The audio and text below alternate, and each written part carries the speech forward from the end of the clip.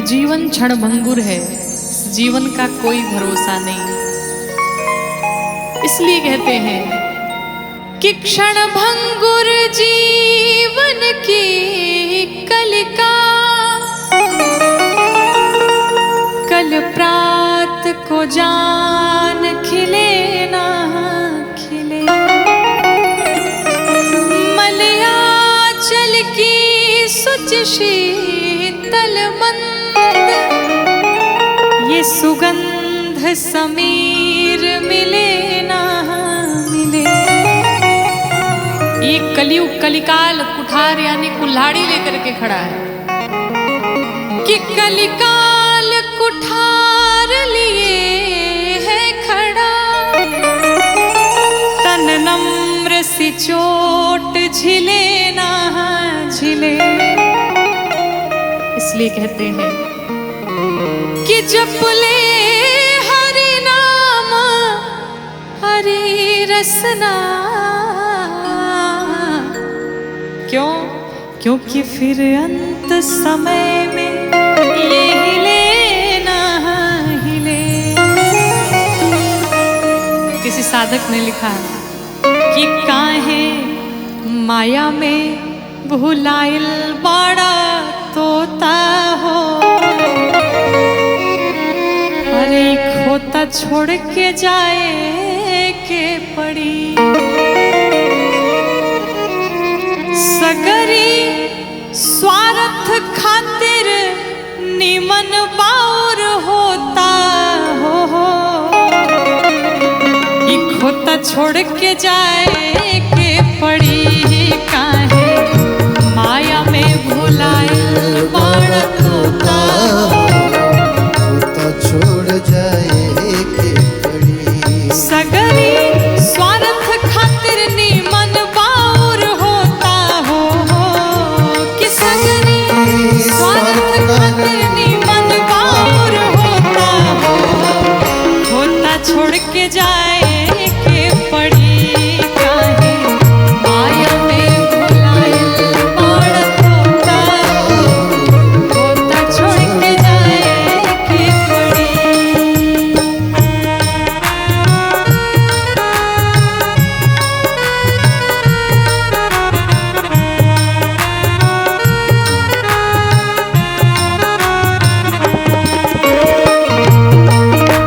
आनंद सरकार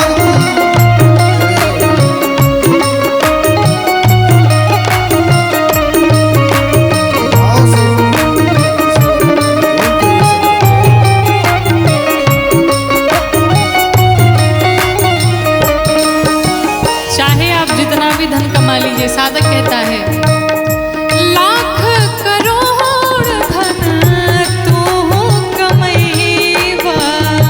लाख करोड़ धन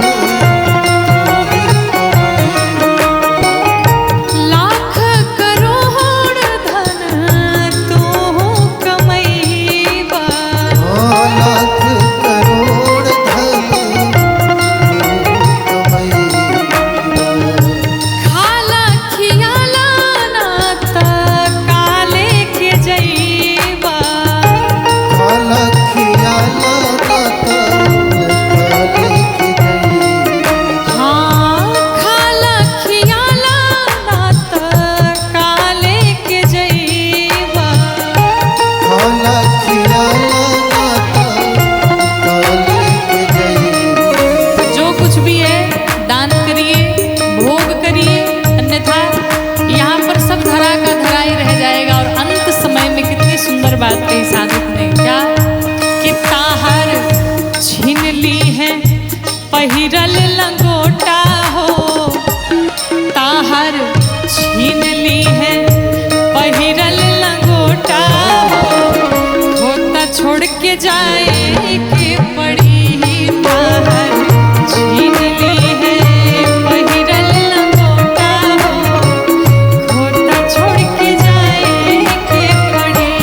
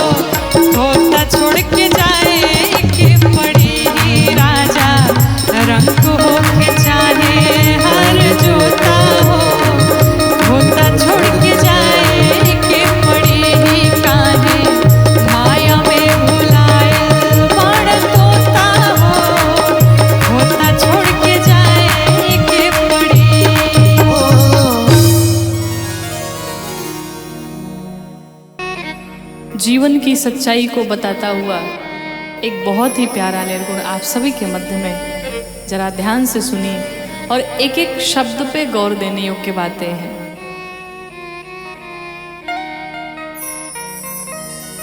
झर झर नयनवा बही, थर थर बदनवा चूही, हर हर लो।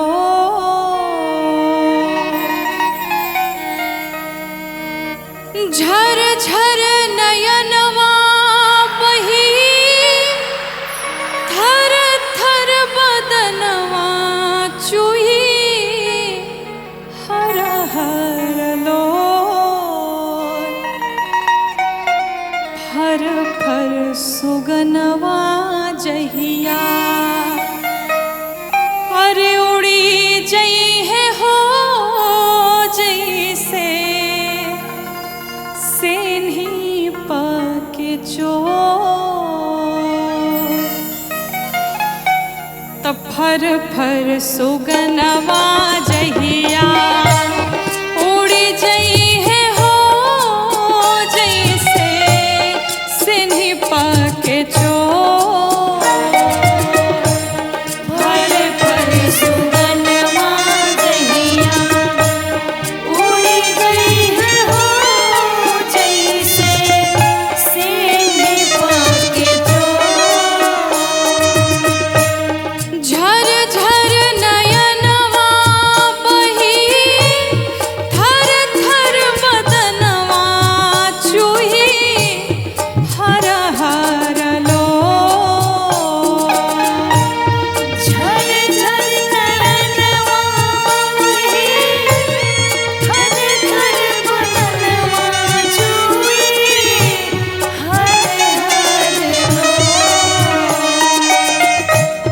फर फर सुगनवा जहिया, उड़ी जई है हो जैसे सेन्ही पाके चोर। फर फर सुगनवा जहिया, उड़ी जई है हो जैसे सेन्ही पाके चोर।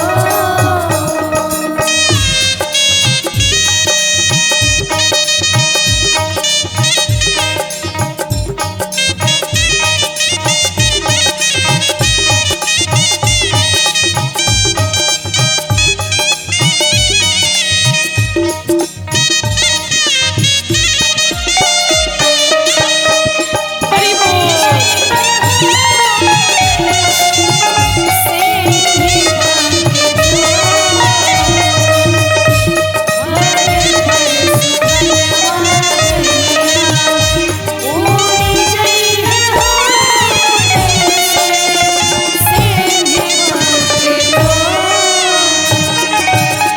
फिर क्या होगा? कहते हैं जाने के पश्चात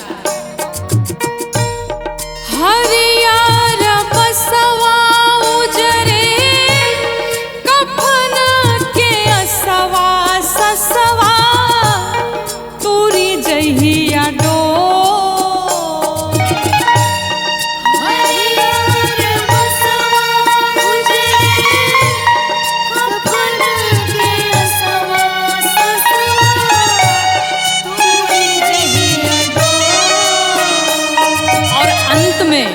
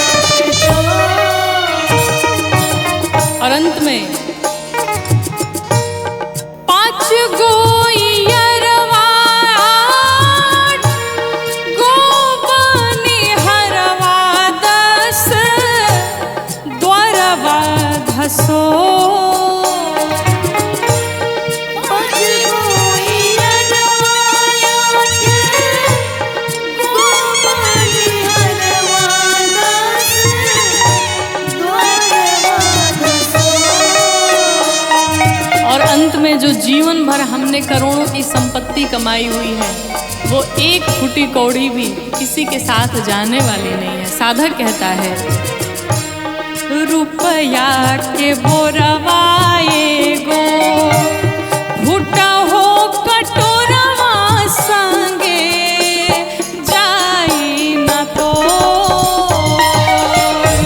रुपया के बोरवाए गो फूटा हो कटोरवा संगे जाई है न तो।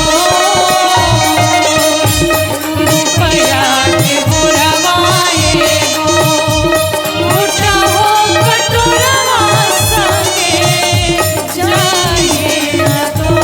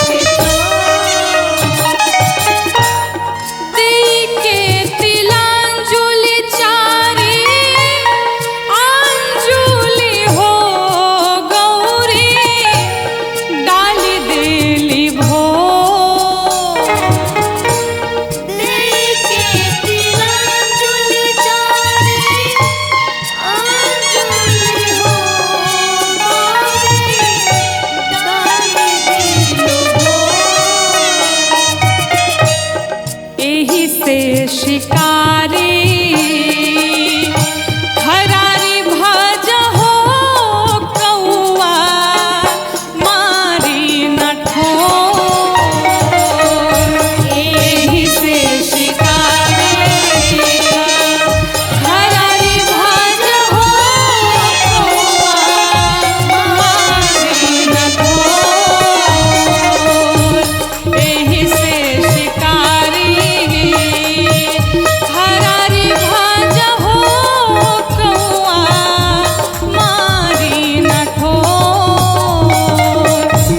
झर झर नयनवा बही थर थर बदनवा चुई हर हर लो।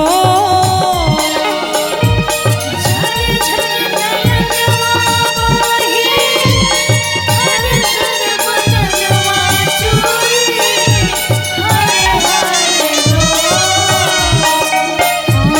फर फर सुगनवा जहिया उड़ी जइहे हो जैसे सिन्ही पके चोर। फर फर सुगनवा जहिया उड़ी जइहे हो जैसे सिन्ही पके चोर। फर फर सुगनवा जहिया उड़ी जइहे हो जैसे सिन्ही पके चोर। फर फर सुगनवा जहिया उड़ी जइहे हो जैसे सिन्ही पके चोर।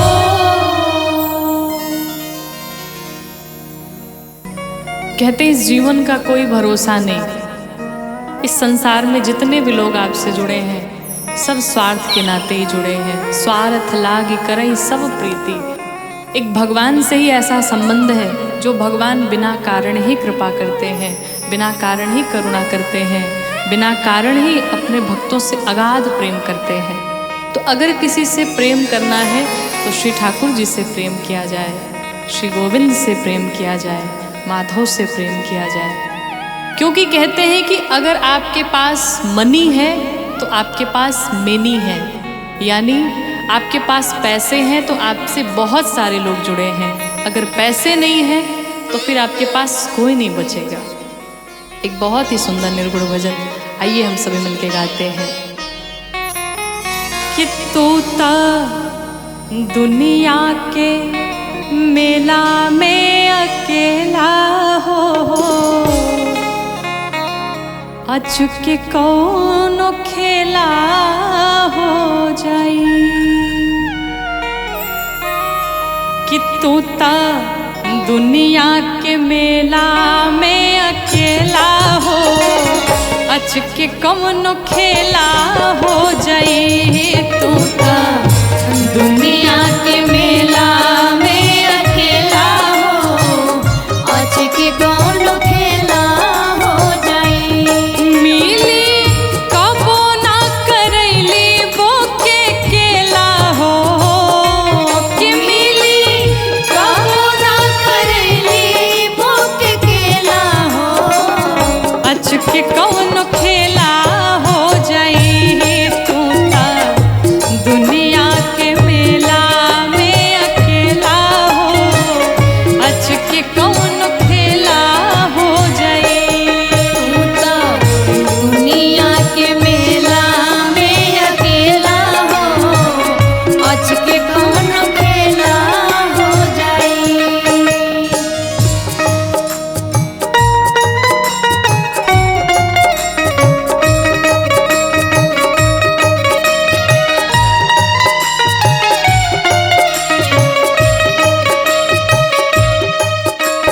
दुनिया के मेला में अकेला हो अचके कौनो खेला हो जाई तू ता दुनिया के मेला में अकेला हो अचके कौनो खेला हो जाई जान की जीवन नाथ दश शीश हंता दश शीश हंता दश शीश हंता ऊहे एकमात्र हवे जग के नियंता जग के नियंता जग के नियंता जान की जीवन नाथ दश शीश हंता ऊहे एकमात्र हवे जग के नियंता ओही जगत गुरु के बान चेला हो कि ओही जगत गुरु के बान चेला हो अचके कौनो खेला हो जाई ओही जगत गुरु के बान चेला हो अचके कौनो खेला हो जाई तू ता दुनिया के मेला में अकेला हो अचके कौनो खेला हो जाई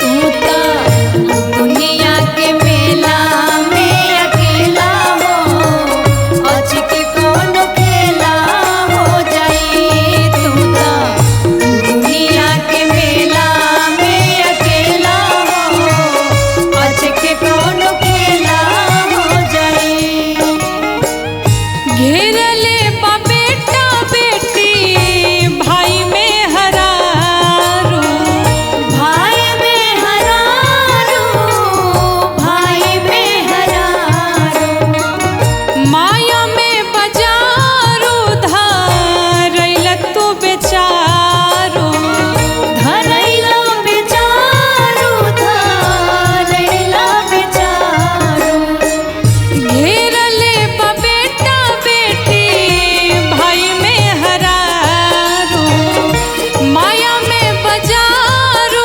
धरैल तू बेचारू कि यही जा केहू नाही केहू के हो खेला हो कि यही जा केहू नाही केहू के हो खेला हो अचके कौनो खेला हो जाई काना दुनिया के मेला में अकेला के कौन खेला हो जाई तू तो दुनिया के मेला में अकेला हो आज के कौन खेला हो जाई।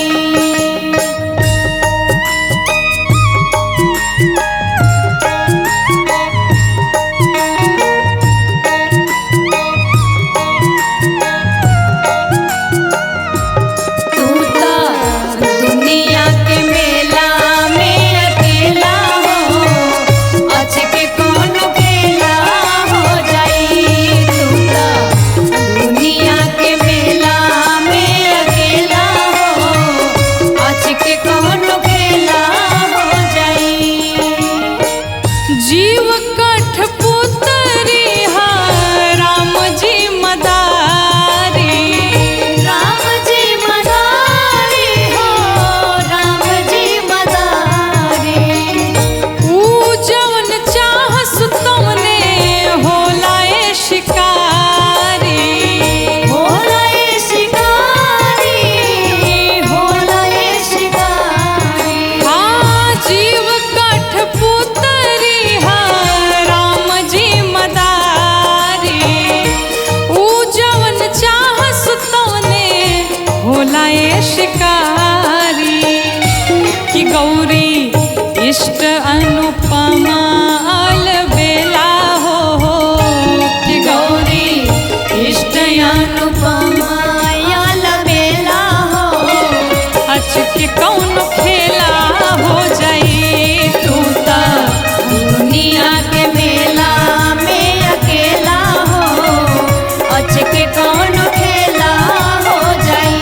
कि मिली कबो ना करैली बोके केला हो कि मिली कबो ना करैली बोके केला हो आज के कौन खेला हो जाई तू तो दुनिया के मेला में अकेला हो आज के कौन खेला हो जाई तू तो दुनिया के मेला में अकेला हो आज के कौन खेला हो जाई तू तो दुनिया के मेला में अकेला हो आज के कौन खेला हो जाई।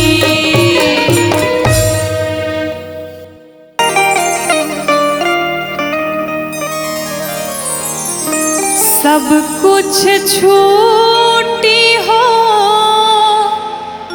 सब कुछ छूटी कितनो तू खैबा जड़ी बूटी लेकिन जाए के पड़ी सब कुछ छूटी कितनो तू खैबा जड़ी बूटी जाए के पड़ी सब कुछ छूटी कितनो तू खैबा जड़ी बूटी जाए के पड़ी सब कुछ छूटी कितनो तो खैबा जड़ी बूटी जाए के पड़ी सब कुछ छूटी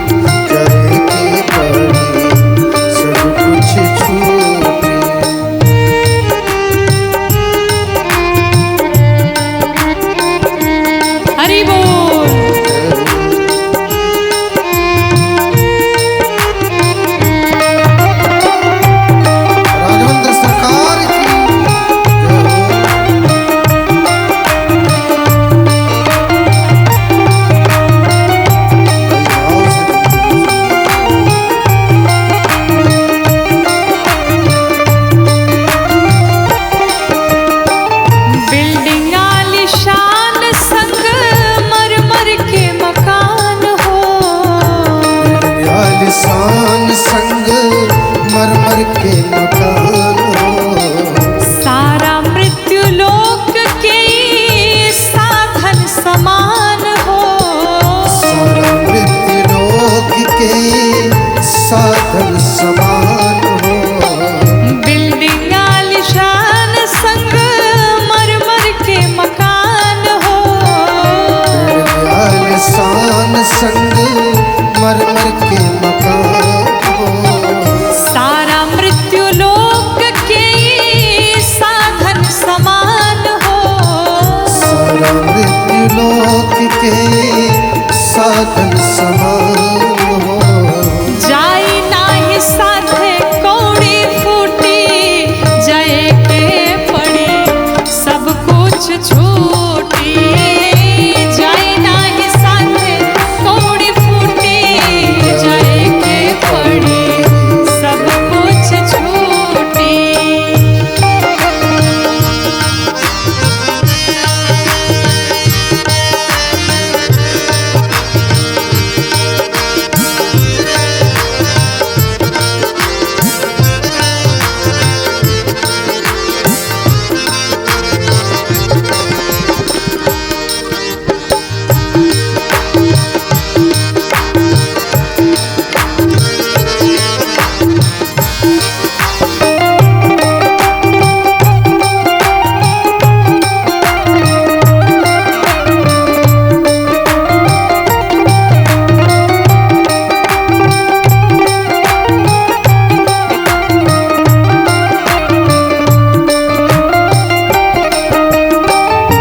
भैली वसुधाना पाली 10 शीस के।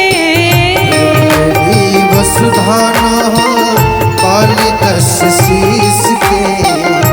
नाही कवनो चक्रवर्ती अवनीश के।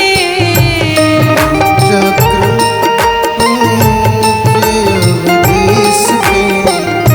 भैली वसुधाना कौनो 10 शीस के। मेरी वसुधाना कोनो 10 शीस के। नाही कवनो चक्रवर्ती अवनीश के। कोनो चक्रवर्ती अवधीश के। सास के डोरी जहिया टूटी, जय के पड़ी सब कुछ छूटी। सास के डोरी जहिया टूटी, जय के पड़ी सब कुछ छूटी।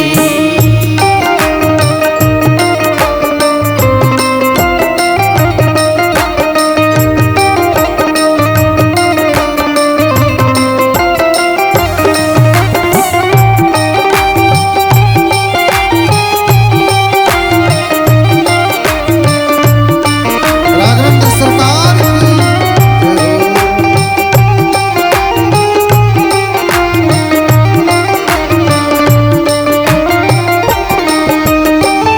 शाश्वत सत्य बस एक राम नाम जी। शाश्वत सत्य बस एक नाम राम जी।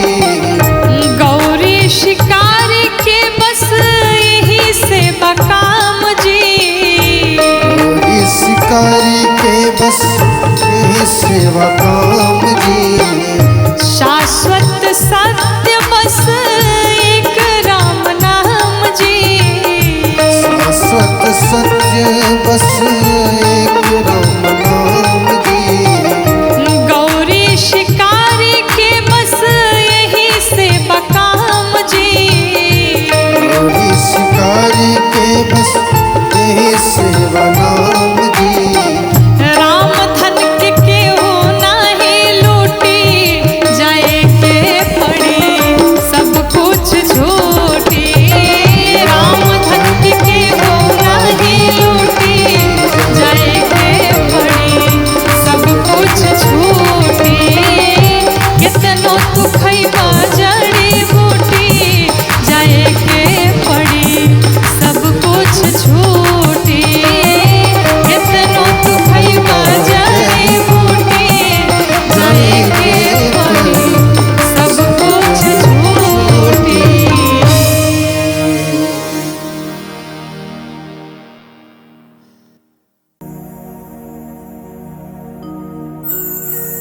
बैठल अरे रोवेली गुजरिया हो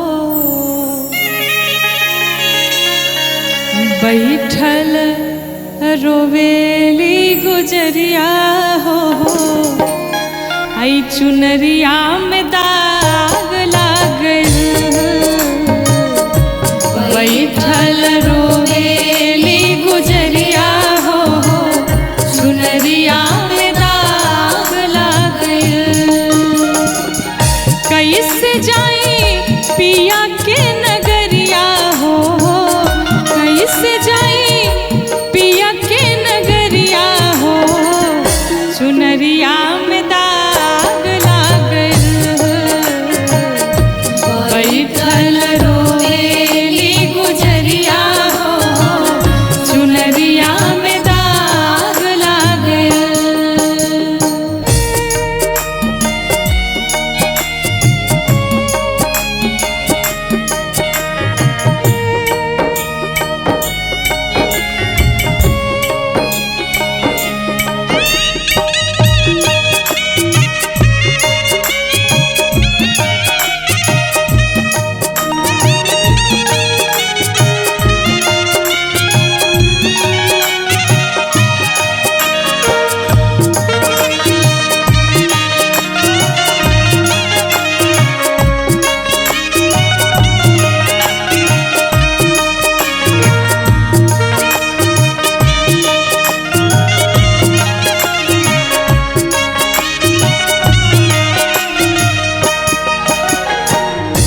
जब जीव को ये भान होता है, पूरा जीवन जब बीत जाता है और जाने का जब समय आता है तो व्यक्ति को पता चलता है हमने अपने जीवन में कुछ नहीं कमाया, लेकिन अब पछताने का फायदा क्या है।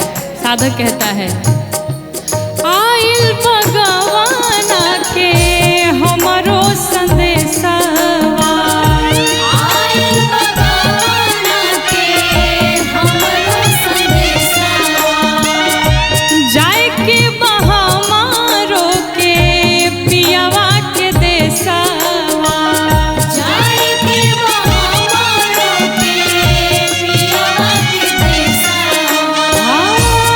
आइल भगवाना के हमरो संदेशवा आइल भगवाना के हमरो संदेशवा जाए के बहामारो के पियावा के देशवा जाए के बहामारो के पियावा के देशवा। लेकिन कांच बाटे हो कांच बाटे हमरो मिरिया हो चुनरिया में दाग लागल कांच बाटे हमारो मिरिया हो चुनरिया में दाग लागल।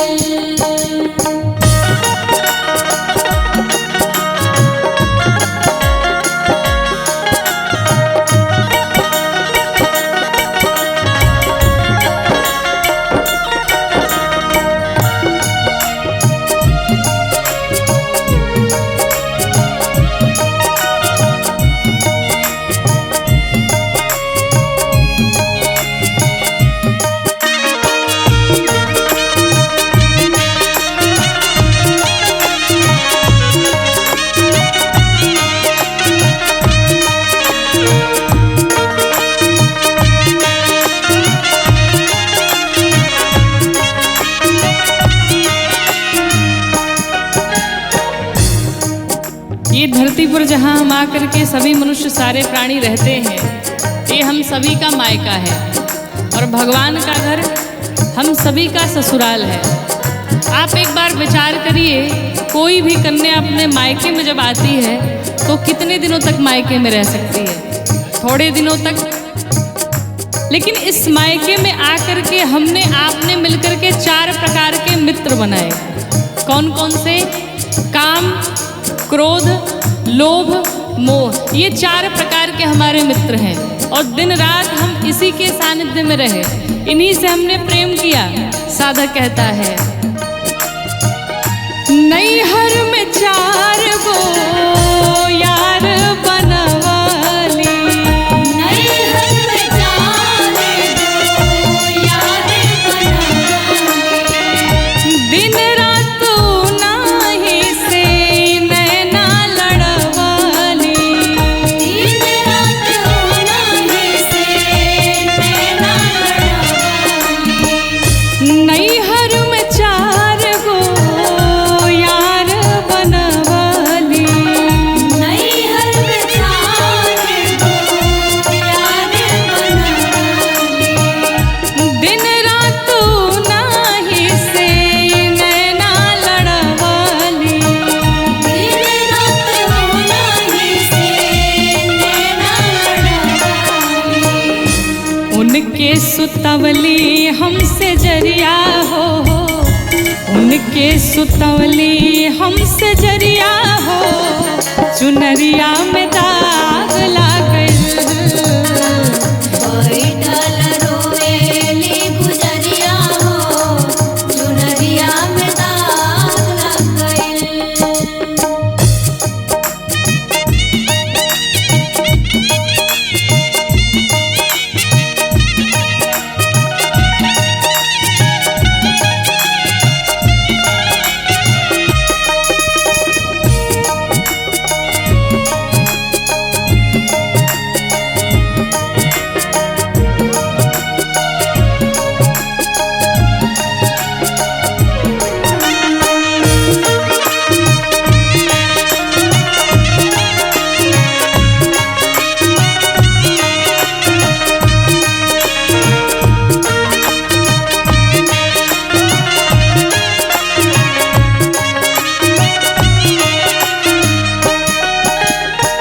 जब जीव माँ के गर्भ में होता है और उसे बाहर निकलने का जब समय होता है, जितना दुख जीव को माँ के गर्भ में होता है, संसार में उतना दुख कभी नहीं मिलता है। कहा गया गर्भवासम समम दुखम न भूतो न भविष्यति, इतना कष्ट मिलता है। और वो छोटा सा बालक तड़फड़ाता रहता है माँ के गर्भ में, भगवान से विनती करता है, प्रभु एक बार बाहर कर दीजिए इस गर्भ से, संसार में जाऊंगा, पुण्य करूंगा, भजन कीर्तन करूंगा और ऐसे सुंदर कार्य करूंगा कि दोबारा इस गर्भ में मुझे आना न पड़े। मैं वचन देता हूँ।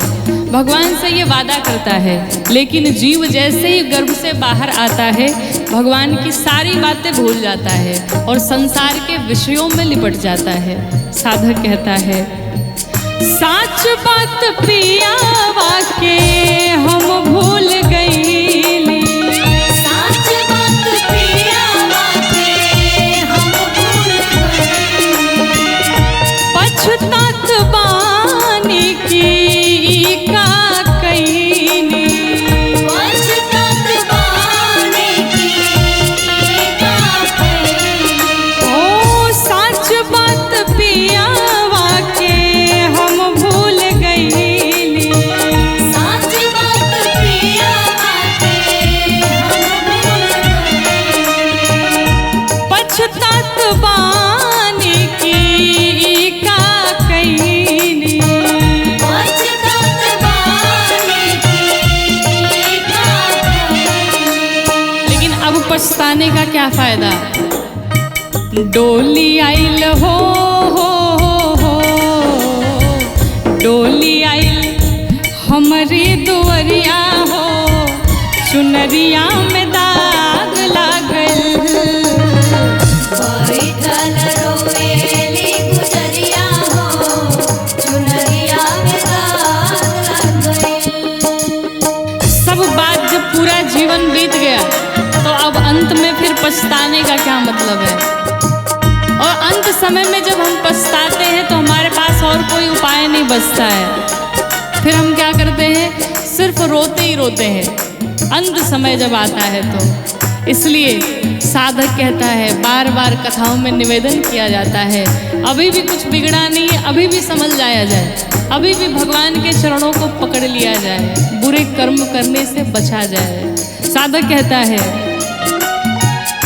चुनरी के दाग हम कैसे छोड़ाएब, चुनरी के दाग हम कैसे छुड़ाएब,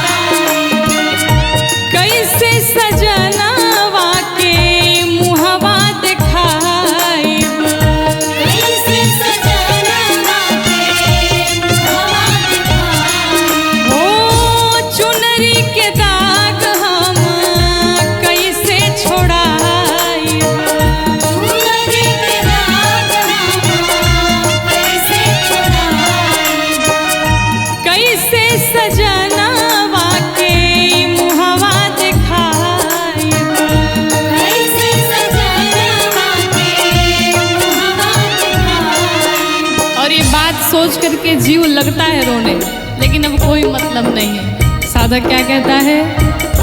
बरसेली हो बरसेले अखिया के बदरिया हो, चुनरिया में दाग लागल। बरसेले अखिया के बदरिया हो, चुनरिया में दाग लागल। बैठल रोवेली गुजरिया हो, चुनरिया में दाग लग गइल। बैठल